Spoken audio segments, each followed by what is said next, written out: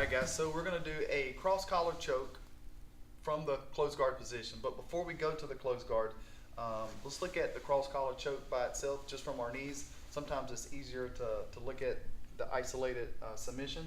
So you're going to open up the collar with one hand and you're going to give access to the second hand.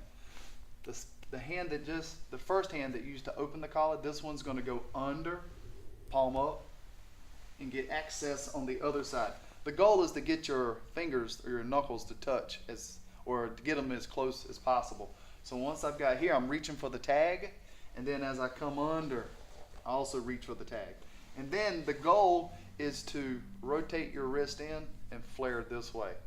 As you bring him closer, your head gets higher, rotate the wrist, and then you're using a little bit of a pulling motion here to finish the choke. So from the guard here, same application applies.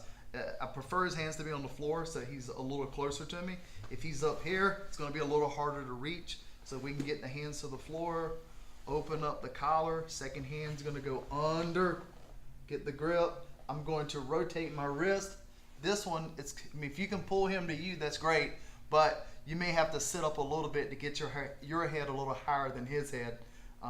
Your elbows are going to stay close to your body. You're going to rotate the wrist, and you're going to pull there. So one more time, we're going to open the collar, 4 fingers in, second hand's going to go under, 4 fingers in, straighten back up, rotate the wrist, sit up, and finish the choke there.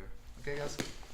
So that is the basic cross collar choke. We've seen that in a previous technique, I believe from the mount position, but that is the application of it from the closed guard position.